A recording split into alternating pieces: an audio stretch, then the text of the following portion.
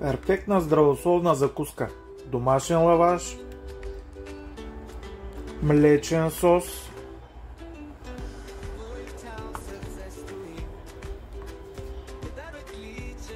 прясна чушка,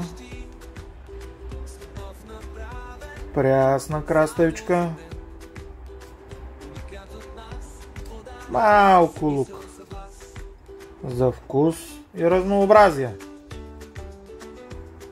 няколко резенчета домати,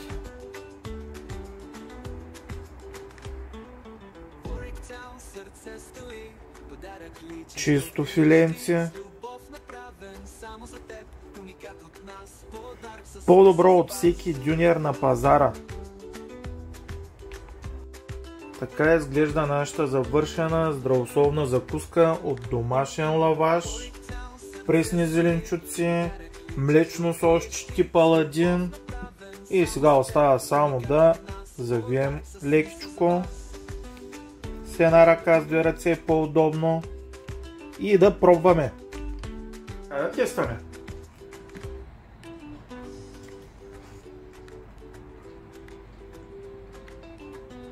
Определено е различно от купешкия дюнер, няма мазни пържени картофи. Ако искате да зарадвате децата си, близките с нещо вкусно и по-здравословно, да отделите малко време в кухнята, може и децата да ви помогнат. Това е перфектна закуска, обяд или вечеря, стига да ви се яде. Лек ден!